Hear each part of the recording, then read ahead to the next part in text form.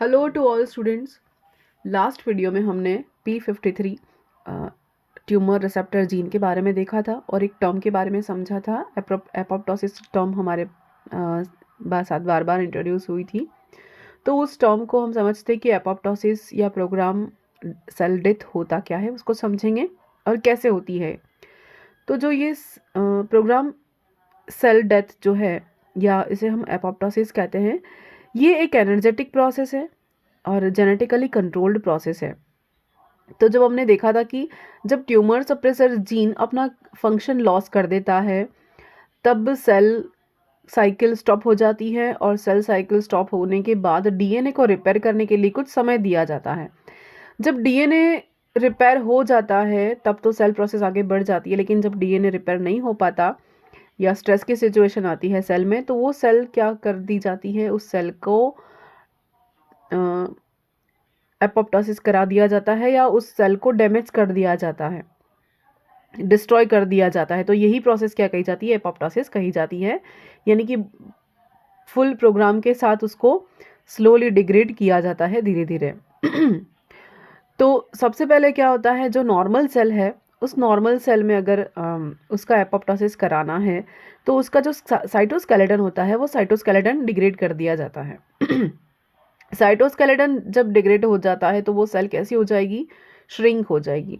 Shrink होने के बाद वो साइटोस्केलेटन डिग्रेड होने के बाद उसका जो न्यूक्लियर एनवेलप है वो भी धीरे धीरे डिसअपियर हो जाता है और उसका जो क्रोमेटिन मटेरियल है वो परमानेंटली कंडेंस हो जाता है।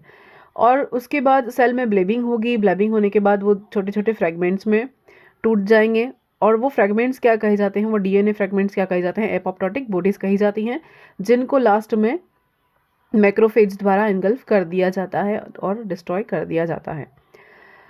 तो एक टर्म और आती है नेक्रोसिस, जिसको हम कहते हैं। तो नेक्रोसिस और एपोप्टोसिस में क्या डिफरेंस है, देखते हैं। नेक्रोसिस कब होता है, जब ट्रॉमा की सिचुएशन आती है, जब लेस ब्लड सप्लाई होती है और साइटोप्लाज्मिक कंटेंट रिलीज होता है आउटसाइड में, जैसे कि आसपास की कोशिकाओं को भी या आसपास की सेल्स को भी पता चलता है कि इस सेल में डैमेज होने वाला है या स्ट्रेस की सिचुएशन है, सिग्नल मिलते हैं और इन्फ्लामेशन हो जाता है और जो सेल है वो स्वेल होकर जाती है। लेकिन एपोप्टोसिस में ऐसा कुछ नहीं होता है। एपोप्टोसिस में को हम प्रोग्राम डेड सेल इसलिए भी कहते हैं क्योंकि इसमें जो साइटोप्लाज्मिक कंटेंट है वो बाहर की ओर नहीं आता, रिलीज नहीं होता, तो सेल में कोई इन्फ्लामेशन नहीं आता। यानी कि आस पड़ोस की सेल को कोई इन्फॉर्मेशन नहीं होती है कि ये सेल मरने वाली है। तो सेल खुद ही श्रिंक हो जाएगी, है ना। तो आसपास की जो अड़ोस पड़ोस की जो नेबरिंग सेल्स हैं उनको कोई फर्क नहीं पड़ता है और उस सेल को ही डैमेज किया जाता है जो पर्टिकुलर जिसे डैमेज करना है। तो इन दोनों में डिफरेंस, ये टर्म एक जैसी, इसलिए इसमें डिफरेंस देख लिया। अब देखते हैं जो नॉर्मल सेल है, वो नॉर्मल सेल में मैसेज कैसे मिलता है कि इसको एपोप्टोसिस कराना है। तो जब जो हमारे पास सेल प्लाज्मा मेम्ब्रेन होती है, उस प्लाज्मा मेम्ब्रेन का जो ये स्ट्रक्चर है, बायोलिपिड स्ट्रक्चर जो है, उसका जो इनर लेयर पर ये प्रेजेंट होती है बायोलिपिक स्ट्रक्चर, फॉस्फोडाइसेरिन जो है वो कहाँ पर रहता है, इनर साइड की ओर प्रेजेंट रहता है। लेकिन जैसे ही एपोप्टोटिक सिग्नल मिलते हैं और उस सिचुएशन में ये फ्लिप कर जाता है और इसका जो हाइड्रोफोबिक और हाइड्रोफिलिक एरिया है वो फ्लिप कर जाता है, जिसके कारण यहाँ पर मैक्रोफेज को सिग्नल मिल जाता है और ये आइडेंटिफाई कर लेता है कि ये सेल को एपोप्टोसिस कराना है और ये सेल कैसी हो जाती है, मैक्रोफेज के द्वारा इनगल्फ कर दी जाती है। तो इस तरह से ये मैसेज मिल जाता है। अब हम देखते हैं, एक टर्म आई थी हमारे पास, कैस्पेस। ये टर्म भी हमने लास्ट वीडियो में भी देखी थी। तो इसका मीनिंग क्या होता है, कैस्पेस क्या है, एक प्रोटीएज एंजाइम होता है। ये प्रोटीएज एंजाइम यानी कि इसका जो फुल नेम है वो क्या है, सिस्टीन डिपेंडेंट एस्पार्टेट स्पेसिफिक, या हाँ स्पेसिफिक प्रोटीन। तो ये जो कैस्पेस है उसमें क्या होता है, ये क्या करता है, एक्टिव सिस्टीन अमीनो एसिड को सीक्रेट करता है। और कौन सा होता है, वो एस्पार्टेट अमीनो एसिड सीक्रेट करता है। तो कितने तरह के होते हैं, 12 टाइप के मेमल्स में कैस्पेस होते हैं, जो क्या करते हैं, इन्फ्लामेशन कॉज करने वाले भी होते हैं और एपोप्टोसिस कॉज करने वाले भी होते हैं। तो हमारे पास 1, 4, 5, 11 और 12 ये कौन से इन्फ्लामेशन कॉज करने वाले कैस्पेस हैं। और ये 2, 3, 6, 7, 8, 9, 10 कैसे हैं, एपोप्टोसिस कॉज करने वाले कैस्पेस हैं। तो ये होता क्या है actually, protein needed for apoptosis, यानी कि कुछ ऐसे प्रोटीन जरूरी हैं जो एपोप्टोसिस को कंप्लीट कराने के लिए ज़रूरी होते हैं। उन्हीं प्रोटीन के कॉम्प्लेक्स को हम क्या कहते हैं, जो प्रोटीएज एंजाइम का कॉम्प्लेक्स है वो क्या कहा जाता है, कैस्पेस कहा जाता है। तो ये क्यों आवश्यक है, ये एपोप्टोसिस कराने के लिए इन एंजाइम की बहुत ज़्यादा आवश्यकता पड़ती है। तो इनको क्या कहा जाता है, एपोप्टोसिस यानी कैस्पेस कहा जाता है। ठीक ये हमने देख लिया इन्फ्लामेशन कॉज कराने वाले, और ये हैं एपोप्टोसिस कराने वाले। अब हमें इसे लेना देना है, इसके बारे में देखते हैं। एपोप्टोसिस कॉज करने वाले कितने हैं, दो तरह के होते हैं, इनहिबिटर कैस्पेस भी होते हैं और एग्जीक्यूटिनर कैस्पेस भी होते हैं। देखते हैं इनहिबिटर कैस्पेस क्या होता है और एग्जीक्यूटिनर क्या होता है। ये है 2, 8, 9 और ये है 3, 6, 7। अब देखिए क्या है, ये release in active form and active and only needed.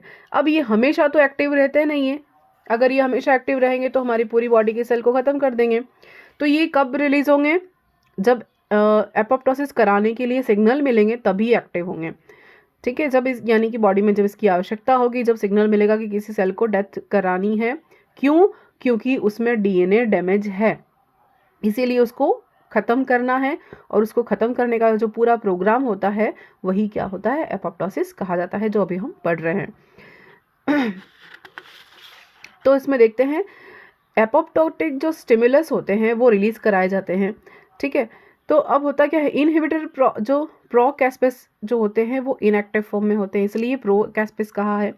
ठीक है, वो किस में कन्वर्ट होंगे, इनिशिएटर कैस्पेस में कन्वर्ट होंगे, जो कि एक्टिव फॉर्म में है। जब ये एक्टिव फॉर्म में आ जाएंगे फिर वो किस में कन्वर्ट होते हैं, इनिशिएटर किस में कन्वर्ट हो जाएंगे, एग्जीक्यूटिनर कैस्पेस में कन्वर्ट हो जाएंगे। और ये जो प्रो जो है वो इनएक्टिव फॉर्म में होते हैं और ये एक्टिव फॉर्म में कन्वर्ट करते हैं। ये भी इसको एक्टिव एग्जीक्यूटिनर कैस्पेस कहा जाता है, जब ये एक्टिव फॉर्म में आते हैं और ये प्रोसेस क्या कराते हैं, एपोप्टोसिस की प्रोसेस कराते हैं। तो ये पूरी हम देखते हैं अभी कि एपोप्टोसिस दो तरह से होता है, एक तो एक्सट्रिंसिक पाथवे और दूसरा है इंट्रिंसिक पाथवे। एक्सट्रिंसिक यानी कि बाहर से सिग्नल मिला है कि किसी सेल को डेथ करानी है, और इंट्रिंसिक पाथवे यानी कि अंदर से, सेल के अंदर से ही सिग्नल दिया जा रहा है कि इस सेल को ख़त्म करना है। तो ये किसके द्वारा होता है, इंट्रिंसिक, ये माइटोकॉन्ड्रिया के द्वारा सिग्नल दिया जाता है। और एक्सट्रिंसिक पाथवे जो है वो सेल के बाहर से सिग्नल दिया जाता है कि इस कोशिका को या इस सेल को क्या करना है, डैमेज करना है, ख़त्म करना है, नष्ट करना है। ठीक है, तो एक्सट्रिंसिक पाथवे में क्या होता है, एपोप्टोटिक सिग्नल मिलते हैं उस सेल को बाहर से, और ये सेल में क्या होते हैं, अडेप्टर प्रोटीन्स होते हैं। जो अडेप्टर प्रोटीन क्या करेंगे, अडेप्टर यानी क्या, रिसीव करना, तो ये रिसीव करेंगे सिग्नल को और किसको एक्टिव करेंगे, जो इनिशिएटर प्रो कैस्पेस जो इनएक्टिव फॉर्म में है उसको अडेप्टर क्या करेगा, अपने साइड बाइंड करके एक्टिव मोड में लाएगा, क्योंकि अडेप्टर प्रोटीन में क्या होता है, दो मोनोमर प्रेजेंट होते हैं। तो ये क्या करेगा, इसको एक्टिव फॉर्म में कन्वर्ट करेगा, जिससे कि क्या होगा, डाइमराइजेशन की प्रोसेस होगी, एक्टिवेशन होगा और क्लीवेज होगा। ठीक है, ये देखते हैं आगे। ये है इनिशिएटर प्रो कैस्पेस का यहाँ पर स्ट्रक्चर है, देख लेते हैं। ये बाहर वाली स्ट्रक्चर क्या है, एन साइड कही जाती है अडेप्टर डोमेन की, और ये प्रोटीएस डोमेन है नीचे वाला। ठीक है, इसको सी टर्मिनल भी कहते हैं, एन टर्मिनल कहते हैं। तो यहाँ इनके बीच में क्या होता है, क्लीवेज साइड प्रेजेंट होती है। अब ये अडेप्टर प्रोटीन में क्या है, एन टर्मिनल और सी टर्मिनल, इसके साथ दो डायमर जुड़े रहते हैं और इनमें क्लीवेज साइड भी प्रेजेंट होती है। अब ये क्या करते हैं, ये एक दूसरे को क्लीव करते हैं, जहाँ से क्लीवेज साइड होती है एक दूसरे को क्लीव करते हैं, और ये क्लीव करने के बाद वो इस ऐसी स्ट्रक्चर बना लेते हैं एक्टिव स्टेट में। ये इनएक्टिव स्टेट है, तो जब ये एक दूसरे को क्लीव करते हैं तब ये क्या कर जाते हैं, एक्टिव स्टेट में आ जाते हैं, और इस तरह से कॉम्प्लेक्स बना देते हैं, इस तरह से एक्टिवेशन वाला स्ट्रक्चर बना लेते हैं, जिसको प्रोटीएस एक्टिवेशन भी कहते हैं। तो ये इनिशिएटर कैस्पेस में कन्वर्ट हो गए। ठीक है, प्रो कैस्पेस से इनिशिएटर कैस्पेस एक्टिव स्टेट में कन्वर्ट हो गए। अब ये इनिशिएटर कैस्पेस क्या कर रहा है, ये एक्टिवेट करेगा, है ना, क्लीवेज के थ्रू। ये क्या करेगा, एग्जीक्यूटिनर कैस्पेस को एक्टिवेट करेगा। ठीक है, क्लीवेज के थ्रू, क्लीवेज के बना के एग्जीक्यूटिनर कैस्पेस को एक्टिवेट कराएगा। और ये भी एक सेल्फ डायमर की स्ट्रक्चर में ही प्रेजेंट होते हैं खुद पहले ही। ठीक है, यानी क्लीवेज वाली स्टेजेस में प्रेजेंट होती है। कौन कौन से होते हैं, 3, 6 और 7। अब ये एक्टिव, ये इनएक्टिव होते हैं और ये एक्टिव फॉर्म में कन्वर्ट हो जाते हैं। तो ये किस पर एक्ट करेंगे, एक्टिव फॉर्म में कन्वर्ट होने के बाद ऐसा कॉम्प्लेक्स बना देंगे और ये क्या करेंगे, एक्ट ऑन मल्टीपल सबस्ट्रेट, बहुत सारे अलग अलग सबस्ट्रेट पर ये एक्ट करेंगे और क्या करेंगे, एपोप्टोसिस करा देंगे।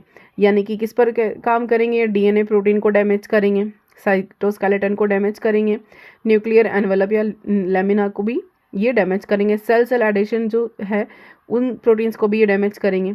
ठीक है, तो ये इसका ये फंक्शन होता है। कैसे होता है देखते हैं। एक तो सबसे पहले सिग्नल मिलता है जैसे कि टी साइटोटॉक्सिक सेल है, यानी कि जो सेल जो डैमेज करने आई है, ठीक है, इस पर कौन से लाइगेंड प्रेजेंट होते हैं, फेस एल लाइगेंड प्रेजेंट होते हैं जो कि होमो ट्राइमेरिक कंडीशन में होते हैं। ठीक है, अब ये किस पर एक्ट करेगी, टी साइटोटॉक्सिक सेल, ये जो एपोप्टोटिक सेल है जिसको कि डेथ कराना है उस पर एक्ट करेगी, उस पर आकर जुड़ेगी। तो सेल कौन सी, एपोप्टोटिक सेल है ना, उस पर कौन सा लिगेंड प्रेजेंट होते हैं, फेस आर यानी कि डेथ रिसेप्टर सिग्नल प्रेजेंट होते हैं। तो यहाँ पर हम देखते हैं ये सेल है, ठीक है, यहाँ पर ये कौन सी सेल है जो डेथ कराने आई है, टी साइटोटॉक्सिक सेल।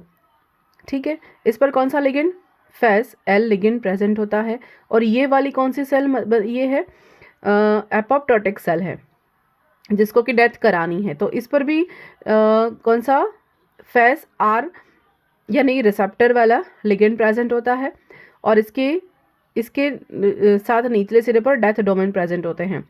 अब इसके साथ क्या होता है, अडेप्टर प्रोटीन आकर जुड़ता है, ये अडेप्टर प्रोटीन आकर जुड़ेगा। अडेप्टर प्रोटीन का जो स्ट्रक्चर होता है वो यहाँ पर देखते हैं। अडेप्टर प्रोटीन का जो ऊपर वाला स्ट्रक्चर है वो क्या कहा जाता है, लिगेंड बाइंडिंग प्रोटीन कहा जाता है, जो कि इससे बाइंड करता है। फिर बीच वाला पार्ट है वो ट्रांस मेम्ब्रेन डोमेन कहा जाता है और नीचे वाला पोर्शन है वो डेथ डोमेन कहा जाता है। तो इसके भी 3 पार्ट होते हैं। ये अडेप्टर प्रोटीन के सबसे ऊपर वाला देख लिया अपन ने, है ना। तो ऊपर वाला डेथ डोमेन है और नीचे वाला अडेप्टर प्रोटीन जो है इफेक्टिव डेथ इफेक्टर कहा जाता है। इस तरह से हम देखते हैं अडेप्टर प्रोटीन का पोर्शन, ठीक है। और ये किस टाइप का अडेप्टर प्रोटीन है, एफएडीडी यानी कि face associated protein death domain. तो ये कॉम्प्लेक्स कौन सा है, ये जो अडेप्टर प्रोटीन है वो किस टाइप का है, एफएडीडी प्रोटीन या अडेप्टर प्रोटीन प्रेजेंट है, यहाँ पर कॉम्प्लेक्स बना देता है इसके साथ, ठीक है। इसको आगे देखते हैं थोड़ा और क्लियर डायग्राम। ये जो कॉम्प्लेक्स बना दिया ना इन्होंने डेथ डोमेन ने इसके साथ, तो उसको क्या कहा जाता है, हम डिस्क कहते हैं, यानी कि डेथ इंड्यूसिंग सिग्नल कॉम्प्लेक्स। तो यहाँ पर देखते हैं क्लियर डायग्राम है यहाँ पर। तो ये जो डिस्क है ना, ये भी फेस ही है, साइटोप्लाज्मिक डोमेन अडेप्टर प्रोटीन प्रोकैस्पेस, ठीक है। ये जो साइटोटॉक्सिक सेल हमने देखी थी यहाँ पर, ये लिगेंड यहाँ पर था, फेस एल लिगेंड था, यहाँ पर ये फेस आर लिगेंड है और यहाँ पर इसके साथ कौन जुड़ा हुआ है, अडेप्टर प्रोटीन जुड़ा है, कौन सा, एफएडीडी, अभी हमने देखा वो, ये एफएडीडी ये अडेप्टर प्रोटीन जुड़ा हुआ है। इसके पार्ट भी तीनों हमने देखे। ये ऊपर वाला पार्ट जो है वो डेथ डोमेन कहा जाता है और नीचे वाला पार्ट क्या कहा जाता है, डेथ इफेक्टर कहा जाता है, ठीक है। ये एपोप्टोटिक सेल है और ये जो साइटोटॉक्सिक सेल है जो कि इस सेल को ख़त्म करने के लिए आई है। तो इन दोनों में कॉम्प्लेक्स बनता है और इसको एक्टिवेट किया जाता है कैसे, ये जो क्लीवेज वाली स्टेज है ना, एक दूसरे को ये क्लीव कर देंगे यहाँ से। ये क्लीव करने के बाद यानी इनिशिएटर कैस्पेस जो है वो एक्टिव कैस्पेस बनाएगा, इस तरह से क्लीव करके एक्टिव स्टेट वाला स्ट्रक्चर बना लेगा। और ये किस पर एक्ट करेंगे, ये एग्जीक्यूटिनर प्रोकैस्पेस पर एक्ट करेंगे, ये अभी इनएक्टिव स्टेज में है। ये एग्जीक्यूटिनर प्रोकैस्पेस पर एक्ट करके ये इस एग्जीक्यूटिनर को कैस्पेस में कन्वर्ट करेगा जो कि एक्टिव फॉर्म में आएगा। और ये एक्टिव फॉर्म वाला जो कैस्पेस यानी पहले ही बताया था क्या है, ये प्रोटीन को डेथ कराने वाले ऐसे प्रोटीन जो कि सेल को डेथ कराने के लिए आवश्यक हैं, उन प्रोटीन के कॉम्प्लेक्स को क्या कहा जाता है, कैस्पेस कहा जाता है, ठीक। तो ये डिग्रेड करने आ जाएंगे। अब किसको डिग्रेड करेंगे, इनका फंक्शन क्या है, साइटोस्केलेटन को डिग्रेड करेंगे और cell to cell adhesion protein जो हैं उनको ख़त्म करेंगे, न्यूक्लियर एनवेलप को ख़त्म करेंगे, धीरे धीरे क्रोमेटिन को ख़त्म करेंगे, डेंस करेंगे और इस तरह से ये एक्टिवेट हो जाते हैं। तो एग्जीक्यूटिनर कैस्पेस जो एक्टिव स्टेट में है वो क्या करेगा, ये आई कैड यानी इनहिबिटर ऑफ कैड, और ये इसके साथ कॉम्प्लेक्स बनाता है कैस्पेस एक्टिवेटेड डीएनए। ठीक है, कैस्पेस एक्टिवेटेड डीएनए जो है वो इसके साथ अटैच होता है, आई कैड के साथ, इनहिबिटर ऑफ कैड के साथ अटैच होता है। लेकिन ये किसको ये एक्ट करेंगे तो ये अलग हो जाएगा, यानी कि आई कैड अलग हो जाएगा और कैड फ्री हो जाएगा। तो कैड फ्री हो जाता है तो एक्टिव स्टेट में आ जाता है, और एक्टिव स्टेट में आने के बाद ये डीएनए को फ्रेगमेंट करना शुरू कर देगा। जब डीएनए फ्रेगमेंट्स बनने शुरू हो जाएंगे, यानी डीएनए डैमेज होना शुरू हो गया, खत्म हो गया बिल्कुल से छोटे छोटे टुकड़ों में, यानी एपोप्टोटिक बॉडीज बनानी शुरू कर दी। ये एपोप्टोटिक बॉडीज क्या करती हैं फिर माइक्रोफेज के द्वारा एनगल्फ कर दी जाती हैं और एपोप्टोसिस की प्रोसेस कंप्लीट होती है। तो यहाँ पर मैंने पूरी कोशिश की है आपको एपोप्टोसिस समझाने की। Thank you.